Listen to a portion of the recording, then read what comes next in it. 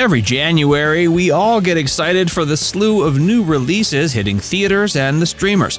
And then there are the, how to put this gently, ones we're not so much looking forward to. And yes, many people worked long and hard hours on these flicks, so no disrespect to them, but sometimes a movie just doesn't look like it's going to be any good. I thought I'd take a look at the upcoming releases that people are already hating on. Please join me in my snarky era.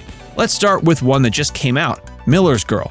It stars Jenna Ortega, whose 2023 was pretty impressive. There was probably nothing talked about more than her role and dance moves in Netflix's Wednesday. Even she couldn't believe what a smash Wednesday was. It's a bit strange, but I'm just glad that we spent so much time on the show and worked really hard on it, so if anybody has received any sort of joy or happy feeling from it, that makes me very happy. So you'd think that anything starring this talented actress in 2024 would automatically be at least decent, if not awesome. Sadly, this doesn't appear to be the case for Miller's Girl. Of course, it's early, but there were a bunch of reviewers who recently panned it, leading to a green splat on Rotten Tomatoes and a score of 34% as of this video. And audience scores have come in at 42%. Not great. It really doesn't make sense given her star power and talent. Not to mention, the script was pulled from the famous Blacklist, which ranks the best unproduced scripts each year. Plus, it was produced by the duo of Seth Rogen and Evan Goldberg, who have a long history of putting out bangers.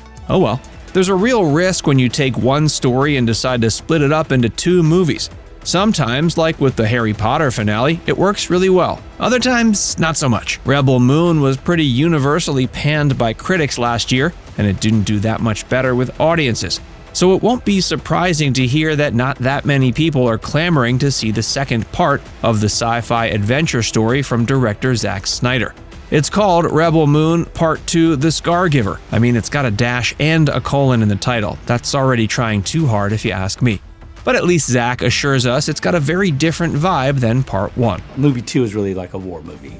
This one doesn't have a title yet, since it's slated to be released at the end of the year on December 13th. Unless The Karate Kid sequel is the name, in which case, points for cheekiness. It's been dubbed the return to the original Karate Kid franchise. Not sure exactly what that means or how it will differ from the long-running Cobra Kai Netflix series, but it's slated to star OG Karate Kid Ralph Macchio, as well as newcomer Jackie Chan. I'm guessing Jackie is replacing Pat Morita, who has passed away since playing the iconic Mr. Miyagi in the 1984 original and the first set of sequels. Will it be the tale of a 62-year-old man learning karate from a 69-year-old man? Only time will tell. Actually, we know that's not true because they put out a casting video with Ralph and Jackie saying, "We're looking for next Karate Kid." But so far, people aren't exactly banging down the dojo doors to see it, at least according to Movie Insider. Okay, I know I'm not the only one who saw the poster for the first one, Winnie-the-Pooh, Blood and Honey, and assumed it was a pretty clever joke or a meme that someone took too far. But alas, it was a real movie. Capitalizing on the fact that Winnie and crew became public domain recently, writer-director Reese Frake Waterfield decided to turn the Winnie lore on its head with a horror version of the beloved A.A. Milne character set. And to be fair, it made money. It only cost $100K to make and took in more than $5 million at the box office. So you can see why they'd make another one, especially because apparently the sequel introduces a killer Tigger. The reason they might not? That would be the 3% on Rotten Tomatoes. So it's not too strange to find out people won't be racing to the theater when it comes out later this year. Movies based on video games can be hit or miss, but there's usually at least a positive buzz around them before they're released. I'm not sure if we can make the same claim about Borderlands. Based on the popular series where treasure hunters engage in fierce battle with a bunch of monsters and other treasure hunters, pre-production took a weird turn when Kevin Hart was pegged to play the lead. His character, Roland, is generally a pretty serious dude, something which doesn't usually describe one of the top comedians in the world. Then there were the major delays in release, as in 3 years. They finished shooting in 2021, and it's now finally coming out in 2024. Between then and now, they've had a bunch of reshoots, and they even switched directors.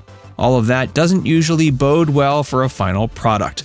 So Borderlands is missing some of the positive hype it would be getting otherwise. Remaking 1980s classics is definitely in vogue, so it was inevitable that we'd see a remake of the Patrick Swayze movie Roadhouse. This time around, it stars Jake Gyllenhaal as a former UFC fighter who gets a gig as a bouncer at a Florida bar. And let's just say they don't seem to want to use their words to solve disputes at this particular bar. Honestly, the trailer looks like a lot of fun, so I'm not sure why people aren't as excited. Footage popped up last year of Jake appearing at a real MMA fight weigh-in to film a scene, which started some buzz. But according to the site Movie Insider, a third of the people voted they weren't looking forward to it. It's a pretty small sample size, so we'll see. Honestly, there's always a chance that one or all of these will surprise us and be a kick-ass movie. It's happened before. Do any of these potential stinkers pique your interest? Or will you also join in on the hate fest and avoid them? Let us know in the comments section.